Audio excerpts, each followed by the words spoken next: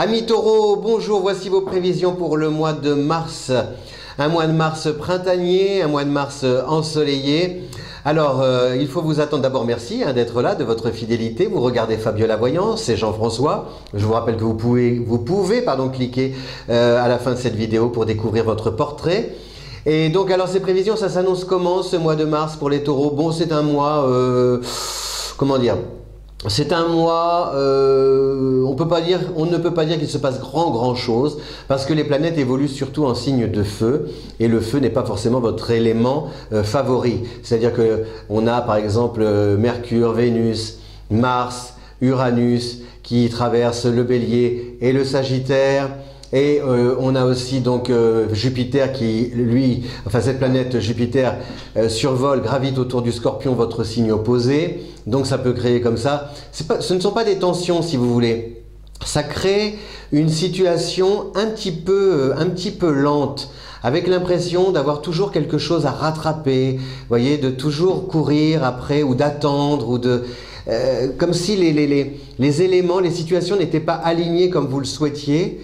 À cause soit d'un emploi du temps de plus en plus chargé, soit de délais trop courts, soit de décisions qui ne sont pas prises et qui vous laissent comme ça dans l'expectative. Et c'est un peu, pourtant on sait que le taureau est patient, mais là ça commence un peu à vous fatiguer.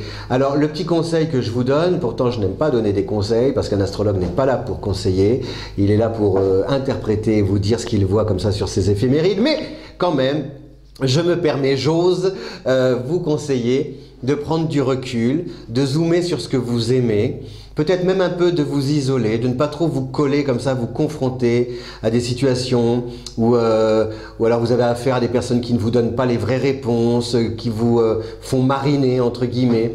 Donc le mieux, voilà, vous restez un peu chez vous, dans votre bulle, vous profitez de vos proches, vous passez des beaux moments, vous vous offrez une petite escapade, par exemple un petit week-end au bord de la mer, à la campagne, ou pour visiter un endroit qui vous attire et que vous ne connaissez pas encore. Donc vraiment, il faut restreindre un petit peu le périmètre pour pouvoir, comment dire, être certain de ne pas vous laisser vampiriser ou happer par quelque chose qui est un peu soit contraignant, soit stressant.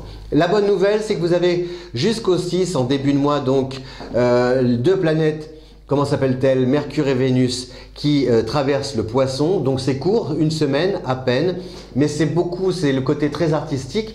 Donc il peut y avoir des bons échanges là, des contacts très sympas avec des personnes qui reconnaissent vos talents ou qui sont, comment dire, qui tombent sous le charme et qui ont envie de se rapprocher de vous, soit pour collaborer dans le cadre du travail, soit pour sympathiser sur le plan de l'amitié, soit, qui sait, pour peut-être eh bien, entamer avec vous une longue et belle histoire d'amour.